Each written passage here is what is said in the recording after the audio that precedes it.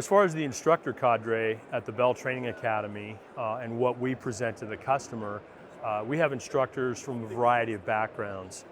Some are prior military career, some are prior military, not a career, and just transitioned and decided to continue flying.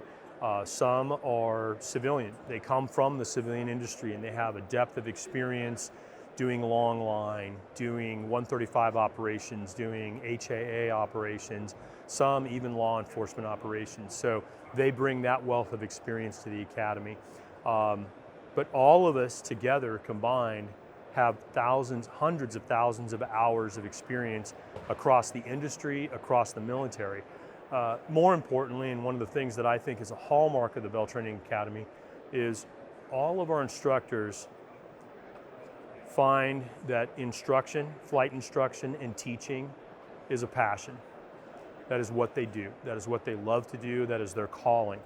And every one of our instructors works very hard to develop a personal relationship with the customer, to understand what it is they need and what it is they require to do their mission, with the ultimate goal of making them safer pilots.